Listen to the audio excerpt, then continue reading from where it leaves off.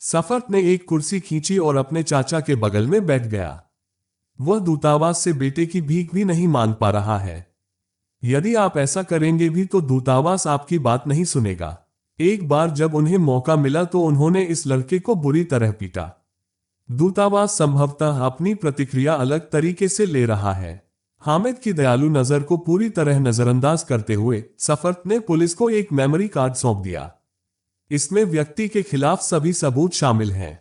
कार्यालय कर्मचारी के मुंह से सच उगलवाने के लिए उसे कड़ी मेहनत करनी पड़ी। वह लड़की दूसरे व्यक्ति की प्रेमिका लिजा है। लिजा ने एक मित्र के सुझाव पर दूतावास कार्यालय में नौकरी कर ली। लड़की अविश्वसनीय रूप से सुंदर और स्मार्ट है। उसने किसी को भी अपने ऊपर संदेह करने का मौका नहीं दिया। हालांकि जिस दिन वे एक बैठक के लिए ढाका से निकले और लिजा पानी खरीदने के लिए कार से बाहर निकली, एक गोली कार की खिड़की को भेदती हुई सफारत के बाएं हाथ में जा लगी। कुछ समय बाद लिजा वापस आ गई। दूतावास को यह उचित नहीं लगा कि थोड़ा सा पानी खरीदने के लिए इतनी देर तक देरी की जाए। ठीक होने के बाद उन्होंने अपनी संदिग्ध नजरों के बारे में कभी किसी को नहीं बताया। लोगों से लिजा पर नजर रखने के बाद उसे पता चलता है कि वह किसी और की प्रेमिका है। दूतावास चुप था, अगले हमले की प्रतीक्षा में। फिर एक एक करके उन्होंने लिजा और रसोई के मुंह से सब कुछ निकाल लिया। उन्होंने ज्यादा कुछ नहीं कहा, बस एक दूसरे का नाम लिया।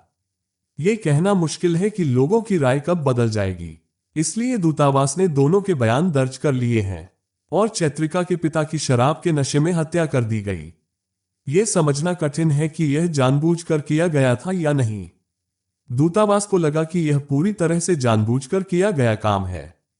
पुलिस अधिकारी ने गंभीर स्वर में कहा, आपका चचेरा भाई यह स्वीकार नहीं करेगा कि उसने आपको मारने की कोशिश क्यों की। वे ये भी नहीं बताते कि यह संपत्ति के लिए है या नहीं। सफर्त अपनी कुर्सी से उठ खड़ा हुआ और अपने चाचा की ओर देखने लगा। उनका स्वर क्रोध से भारी था। तुम्हें अपना मुंह खोलने की जरूरत नहीं है, इसकी कोई जरूरत नहीं है। पुलिस अधिकारी आश्चर्यचकित हो गया। सफर्त ने आश्चर्य को और बढ़ा दिया और चुपचाप बाहर आ गया। उसने कार स्टार्ट की। दीहान उसके पास बैठ गया और चिंतित आंखों से पूछा, क्या तुम्हें कारण जानने की जरूरत नहीं है? प्रीतक तुम्हें क्यों मारना चाहता था? कोई जरूरत नहीं है। भरत ने सफारत की आवाज सुनी। दीहान ने आश्चर्य से कहा, क्यों? क्योंकि मुझे जीवन से कोई प्रेम नहीं है। मुझे इस बात से कोई परेशानी नहीं हुई कि किसी ने मुझसे अपनी मां बनने के लिए कहा। चैत्रा के पिता की दुर्घटना के बारे में आपके शब्दों से मेरा गुस्सा भड़क गया है। उसे उसकी हत्या के अपराध के लिए अलग से कड़ी सजा मिलनी चाहिए। दीहान चौंक गया और एक क्षण के लिए रुक गया। वह चौंक कर चिल्लाया, तुमने कहा था कि चैत्रिका के पिता चैत्रिका को चोट पहुंचा रहे हैं, तुम उसे नहीं देख सकते। तो फिर तुम उसके प्रति इतने हिंसक क्यों हो गए? क्योंकि चैत्रा अपने पिता से प्यार करती है। और आप, क्या आपको चैत्रिका पसंद है या फिर आप सिर्फ दोस्ती के लिए इतने पागल हैं? सफर्त ने अपनी शांत आंखें झपकाई और सीधे सामने देखते हुए दूसरी ओर देखने लगा। दीहान के प्रश्न पर कोई प्रतिक्रिया नहीं हुई। दीहान ने फिर पूछा, तुम कहां जा रहे हो? कब्रिस्तान में, मेरी मां को। दूतावास का सरल अथक उत्तर। दीहान को बिल्कुल भी आश्चर्य नहीं हुआ। उसने हल्की सी आह भरी और अपना भारी शरीर सीट पर टिका दिया। चैत्रिका ने अपने छोटे बटन वाले फोन पर समय देखा। रात के 11 बजे हैं। मेरे पिता को होश आए लगभग आधा घंटा हो गया है, लेकिन उन्होंने एक बार भी चैत्रिका के बारे में नहीं पूछा। उन्होंने मीम्स के बारे में बात की। उसे इससे कोई दर्द महसूस नहीं हुआ। इसके विपरीत उसने अपने पिता के थोड़े से स्वस्थ होने के लिए भगवान को धन्यवाद दिया। एक गोल चेहरे वाली लड़की चैत्रिका की ओर आई। वह पेशे से नर्स है। उसने चैत्रिका के चेहरे के सामने एक कागज का टुकड़ा बढ़ाया और धीमी आवाज में कहा, मुझे तुरंत इन दवाओं की जरूरत है, मैडम। क्या हमें इसे अस्पताल की फार्मेसी से लेना चाहिए या आप इसे हमारे पास लाएंगे? चैत्रिका ने लड़की के हाथ से दवा का पर्चा ले लिया। अस्पताल से दवा लाने पर 2 गुना खर्च आएगा। बैग में रखे 5,000 टका मेरे पिता के इलाज में इस्तेमाल किए जाएंगे।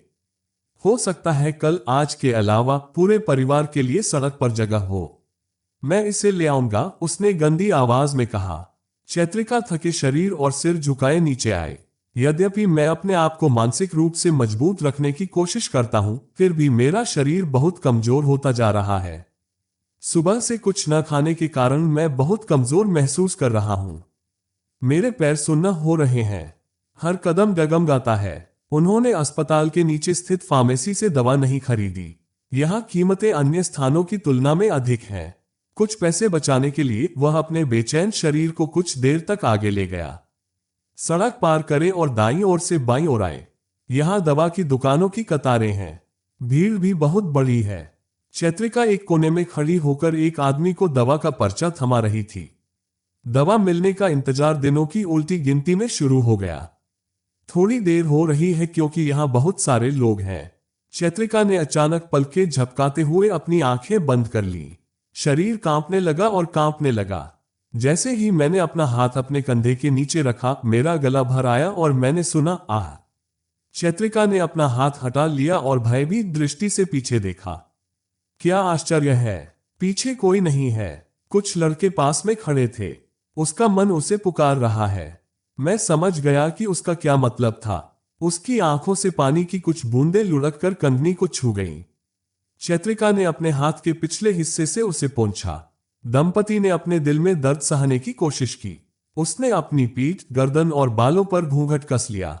इतने सारे लोगों के बीच भी कायरों ने महिला के शरीर पर अपने पंजे रखने का अवसर पाया। चैत्रिका के अंदरूनी हिस्से उधेड़बुन में हैं। मैं उन लड़कों को थप्पड़ मारना चाहता हूं। उन्होंने ये सोचकर अपना कदम वापस ले लिया कि इसका उल्टा असर हो सकता है। वह दवाइयां लेकर एक तरफ चला गया। सड़क पार करके दाहिनी ओर आते समय उसने देखा कि लड़के उसके पीछे आ गए हैं। खतरा भांप कर उसने तुरंत अपने पैर रोक लिए।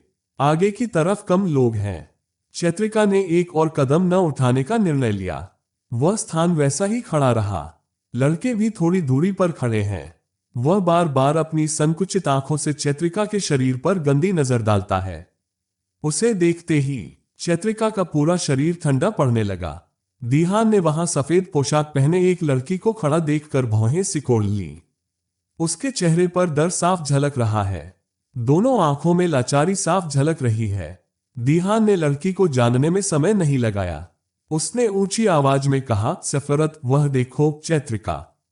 कार तुरंत रुक गई। इससे पहले कि दीहान कुछ समझ पाता, दूतावास का दरवाजा खुल चुका था। चैत्रिका ने अपने कोमल हाथों की तह में एक मजबूत हाथ का स्पर्श महसूस किया। मेरा दिल थोड़ा सा उछल रहा है। जैसे ही मैंने पीछे मुड़कर देखा, मेरा दिल कुछ क्षण के लिए धड़कना बंद हो गया। दूतावास बहुत नजदीक खड़ा है, बहुत करीब। चैत्रिका का कोमल हाथ उसके मजबूत हाथों की तहों में जकड़ा हुआ है। लैंप पोस्ट की जलती लौ सफारत के दाढ़ी वाले गोरे चेहरे पर हल्के से टिमटिमा रही है। चैत्रिका का गला सूख रहा है। अचानक सफारत के करीबी स्पर्श से उसका पूरा शरीर कांपने लगता है। उसने अपना हाथ खींचने की कोशिश की, अधिक प्रयास, लेकिन वह दूतावास की शक्ति का सामना नहीं कर सकता। राजदूत ने उसके हाथ पर अपनी पकड़ और मजबूत कर दी। उसने गहरी निगाहों से चैत्रिका के चेहरे को देखा। चैत्रिका काले और सफेद है, वह काले और सफेद है। कुछ सेकंड तक वह शून्य भाव से, बिना हिले डुले, उस तीव्र दृष्टि को देखता रहा। एक समय तो उन्होंने स्वयं को दूतावास के बहुत करीब पाया। दूतावास ने जो भी दूरी थी उसे पार दिया है। चैत्रिका को अपने पास पकड़कर उसने दूर खड़े लड़कों पर तीखी नजर डाली। लड़के तुरंत चौंक गए, लेकिन वह हिला नहीं। सफरत ने चैत्रिका का हाथ खींचा और उसे कार तक ले आया। इतने समय बाद चैत्रिका को होश आया। उसने विरोध भरे स्वर में कहा, आप मुझे कहां ले जा रहे हैं? जहां भी तुम जाना चाहो। मैं तुम्हारे साथ कहीं नहीं जाना चाहता। तुम मेरे बिना यहां से एक कदम भी आगे नहीं बढ़ सकती, चैत्रा। चैत्रिका ने सफरत की ओर दो आंखें घुमाई। इतने वर्षों के बाद किसी प्रियजन के मुख से यह पुकार सुनकर मेरे हृदय में बड़ा तूफान उठने लगा। मेरा मन बहुत भावुक हो रहा है। लड़कियों को ऐसा लगता है, चाहे किसी व्यक्ति को कितना भी दुख क्यों न हो, उसकी मधुर पुकार से हृदय दुख को भूल जाता है और मोम की तरह पिघलने लगता है। चैत्रिका जानती है कि सफरत उसे जानता है, लेकिन वह ये नहीं जानती कि उसने उस दिन इनकार क्यों किया था। चैत्रिका ने विस्तार से नहीं बताया। वह घूमा और चलने लगा। सफरत ने तुरंत उसका हाथ पकड़ लिया और उसे अपने करीब खींच लिया। इससे पहले कि चैत्रिका कुछ कह पाती, उसने उसे कार के पीछे खींच लिया और दरवाजा खोल दिया। उसके बगल में बैठते हुए उसने गंभीर स्वर में दीहान से कहा, तुम गाड़ी चलाओ, दीहान। दीहान ने असहाय नजरों से उसकी ओर देखा। दूतावास उसे एक पल में ड्राइवर कैसे बना रहा है। वह उतरकर ड्राइवर की सीट पर बैठ गया और चैत्रिका की ओर देखकर बोला, हम कहाँ जा रहे हैं? चैत्रिका करुण ने अपनी दृष्टि दीहान के चेहरे पर केंद्रित कर दी। उसने तीखी आवाज में कहा, सामने वाले अस्पताल में। अस्पताल में क्यों? दीहान ने ऐसा दिखावा किया कि वह चैत्रिका को नहीं समझ रहा है। चैत्रिका ने निर्जीव स्वर में उत्तर दिया, पिताजी का एक्सीडेंट हो गया था। ओह, अब आप ठीक हैं अंकल? थोड़ा सा। दीहान ने आगे कुछ नहीं कहा। चैत्रिका सफर से कुछ दूरी पर बैठी थी, लेकिन दूतावास किसी भी तरह से हार मानने को तैयार नहीं है। कार में बैठते समय भी उसने उसका हाथ पकड़ रखा था। अचानक चैत्रिका को बहुत ठंड महसूस हुई। स्वप्न की ध्वनि पूरे सीने में सुनाई देती है। अचानक कूटनीति के दूसरे स्वरूप को स्वीकार करना बहुत कठिन हो गया है। उसने धीमी आवाज में कहा, मेरा हाथ छोड़ दो। दूतावास वहां से नहीं हटा, बल्कि और करीब आ गया। उसने धीमी आवाज में कहा, माफ कीजिए, मैं चैत्रा हूं। बहुत खेद है। उस दिन जो व्यवहार किया गया वह बिल्कुल भी जानबूझकर नहीं था। चैत्रिका की आंखें फट गईं। सफारत की सरल स्वीकारोक्ति ने उसके दिल को गहराई से छू लिया। कांपती आवाज में उसने गर्व से पूछा, और कितने साल? और उस दिन बिना कुछ कहे चले जाओ। सफरत ने एक गर्म सांस छोड़ी और अपनी मोहक दृष्टि चैत्रिका पर टिका दी। उसका एक हाथ चैत्रिका के कोमल गाल को छू गया। वह लड़की के चेहरे को गौर से देख रहा था जो खून से लथपथ था। उन्होंने कहा, कभी कभी जीवन के समीकरणों को संतुलित करना काफी जटिल हो जाता है चैत्र। जब आपके अपने ही आपके दुश्मन बन जाए तो जीवित रहना मुश्किल हो जाता है। मुझे कभी तुम्हारी याद नहीं आई। इस जटिल जीवन में मुझे तुम्हारी बिल्कुल भी याद नहीं आई, क्योंकि तुम हमेशा मेरे दिल और इच्छा में रहते थे। चैत्रिका रोई नहीं, लेकिन एक क्षण के लिए मैं भावुक हो गया। उसने धीमी आवाज में कहा, मैं तुम्हें ढूंढ रहा हूं सफारत। मुझे बहुत कुछ मिला है। सफरत के दिल में एक ठंडी धारा बह निकली। उसने अपनी नजर उस पर टिकाई, अपना हाथ उसके सिर के पीछे रखा और उसके सिर को अपनी छाती से लगा लिया। एक क्षण में चैत्रिका की नसें कांप उठी। मुझे तीव्र खुशी महसूस हुई। चैत्रिका खुशी से अभिभूत होकर आंखें बंद करके सफरत के दिल की धड़कन सुनने लगी। दूतावास ने कितनी निसंकोचता से उसे गले लगा लिया। तुम इतने करीब क्यों हो? चैत्रिका दूर चली गई। मैं शर्मिंदा था। दूतावास की खामोश आवाज मेरे कानों में पड़ी, हम तुम्हारे हो गए हैं चैत्रा। चैत्रिका ने अपना समय नहीं लिया। जवाब में वह कहना चाहता था, तुम अब मुझे बहुत प्रिय लगती हो, लेकिन उन्होंने अपना अभिमान दबा लिया और अपनी भावनाओं को व्यक्त नहीं किया। चाहे उस दिन दूतावास ने उन्हें किसी भी कारण से अस्वीकार कर दिया हो, फिर भी वह इसे स्वीकार नहीं कर सके। वह इस बात को स्वीकार नहीं कर पा रहा है कि उसके कॉलेज जीवन के दौरान सफारत अचानक बिना बताए गायब हो गई। दीहान ने सब कुछ शीशे से देखा। उसके होठों पर मुस्कान आ गई। वह नहीं जानता था कि उसके पीछे बैठे दो लोगों ने कुछ समझा भी है या नहीं, लेकिन उसने उन दो दिलों के अनकहे प्यार, स्नेह और भावनाओं को महसूस कर लिया था। जैसे ही कार अस्पताल के सामने रुकी, चैत्रिका बाहर निकल गई। उसने दीहान को धन्यवाद दिया और सीधा चलने लगा। इसका उद्देश्य दूतावास की उपेक्षा करके वहां से चले जाना है। वह बदला लेगा, दिन का बदला। लेकिन वह ऐसा कैसे कर सकता था? तुरंत ही राजदूत की गंभीर पूर्ण आवाज सुनाई दी, रुको चैत्रा, इसे अनदेखा करने की तुम्हारी हिम्मत कैसे हुई? मेरे पैर स्वतः ही रुक गए। चैत्रिका ने सिर झुकाते हुए पूछा। सफरत जल्दी से उसके पास आया और उसके पास खड़ा हो गया। उसने अपने क्रोध पर नियंत्रण करते हुए कहा, चलो चले। आप कहां जा रहे हैं? चैत्रिका ने आश्चर्यचकित स्वर में पूछा। इससे सफारत काफी परेशान हो गया। उसके चेहरे पर गुस्से का भाव था। उसने धीमी आवाज में पूछा, तुम्हारे पिता कौन है? लेकिन क्या जब मैं किशोर था तो आपने मुझे अपने परिवार से मिलने नहीं दिया? तुम आज ही ऐसा क्यों नहीं करते? ठीक है, मानवता के लिए शायद मैं तुम्हारे पिता की एक झलक देख सकूं। चैत्रिका चुपचाप चलती रही। सफारत मेरे बगल में चल रहा है, दोनों पैर एक साथ रखे हुए। सफारत ने ये शब्द कितने जोर से कहे। कुछ साल पहले चैत्रिका अपने पिता से कुछ ज्यादा ही डरती थी। डर के कारण वह किसी विदेशी को अपने घर में भी बर्दाश्त नहीं कर सकते थे। लिफ्ट में चढ़ते समय सफारत ने चैत्रिका के लिए पहले चढ़ने के लिए जगह बनाई। अचानक उसकी नजर उसके पतले सफेद घूंघट को भेदती हुई उसके गोरे कंधों पर पड़ी। अचानक सफरत की आंखें तीव्र गर्मी से चमक उठी। जैसे ही वह लिफ्ट में चढ़ी, उसने पीछे से घूंघट हटा दिया और एक तरफ रख दिया। चैत्रिका हैरान और स्तब्ध है। पूरी लिफ्ट में उनमें से केवल दो ही हैं। उसने भयभीत दृष्टि से अपना सिर घुमाकर दूतावास की ओर देखा। जबड़ा मजबूत एवं दृढ़ होता है, आंखें चमकीली लाल हैं। चैत्रिका ने फुसफुसाते हुए कहा, तुम क्या कर रहे हो? तुम्हारे कंधे पर कील के निशान क्यों हैं? चैत्रा, कुछ नहीं, कृपया दूर हट जाइए। तुम झूठ बोलकर झूठे बन गए हो। आपको ये कहने की जरूरत नहीं है। चैत्रिका को सफरत की क्रोधित आवाज सुनकर बहुत आश्चर्य हुआ। उसने अपना फोन निकाला और सफारत दिहान को फोन किया। उसकी आवाज में बहुत गुस्सा था। उन्होंने कहा, मैं जानता हूं कि आपकी स्मरण शक्ति बहुत अच्छी है। आपने लड़कों को देखा होगा। ऊपर आने की कोई जरूरत नहीं है। जब तक मैं उन जानवरों को नहीं ढूंढ लेता, मुझे आगे आने की कोई आवश्यकता नहीं है। चैत्रिका आश्चर्य से जड़वत रह गई। इस आदमी ने अपने दोस्त को ऐसी धमकी क्यों दी? चैत्रिका को इस लड़के में किशोरवय का आकर्षण नहीं दिखता। ये तो ऐसा है जैसे कोई नया व्यक्ति आ गया हो। सफरत ने अपना फोन जेब में डालने की कोशिश की और चैत्रिका के घायल हिस्से पर हाथ रखने की कोशिश की, लेकिन उसने अपना हाथ खींच लिया। मुझे क्रोध से सिरदर्द हो रहा है। चैत्रिका बिल्कुल भी नहीं हिल रही है, स्थिर अविचल खड़े। जैसे ही लिफ्ट के दरवाजे खुले, सफरत ने कुछ ऐसा किया जिससे चैत्रिका का पूरा शरीर, दिल और दिमाग कांप उठा। तुम क्या कर रहे हो सफारत? मुझे अकेला छोड़ दो, लोग देखेंगे। सफरत के माथे पर गुस्से की झुर्रियां उभर आईं। मेरी आंखें आसपास के वातावरण को स्कैन कर रही थीं। ऐसा लग रहा है जैसे कोई बूढ़ा आदमी उनकी ओर बड़ी बड़ी आंखों से देख रहा है। जैसे ही सफारत ने अपनी भौं उठाई, वह आदमी स्तब्ध रह गया। वह अपने गंतव्य की ओर चलने लगा। उसकी कमर को पकड़ने वाले हाथ से चैत्रिका की रीढ़ में सिहरन दौड़ गई। चैत्रिका ने सफरत की ओर असमंजस भरी नजर से देखा। जैसे ही उसने देखा, सफारत चेहरे पर गंभीर भाव लिए खड़ा था।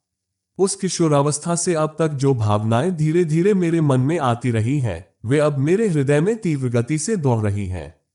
सफारत की भौहें ऊपर उठते देखना उसकी आंखों से छिपा नहीं रह सका। चैत्रिका मंत्रमुग्ध होकर उसकी ओर देखती रही। अंदरूनी इलाकों में भारी बारिश हो रही थी। वर्षा की तीव्रता चैत्र माह से भी अधिक है। दृष्टि स्थिर एवं तीव्र है। उसने सफारत की काली शर्ट पकड़ ली और आहें भरने लगा। उसने धीमी आवाज में कहा, इसे नीचे मत रखो। सफारत ने चैत्रिका के लाल चेहरे को तीखी नजर से देखा। उन्होंने व्यंग्यात्मक लहजे में कहा, तुम मेरी शर्ट पकड़कर मेरे करीब आ रहे हो। वे फिर कह रहे हैं, इसे नीचे मत रखो। एक पल में चैत्रिका शर्म से लाल हो गई। उसे महसूस हो रहा था कि उसके गाल बहुत गर्म हो रहे हैं।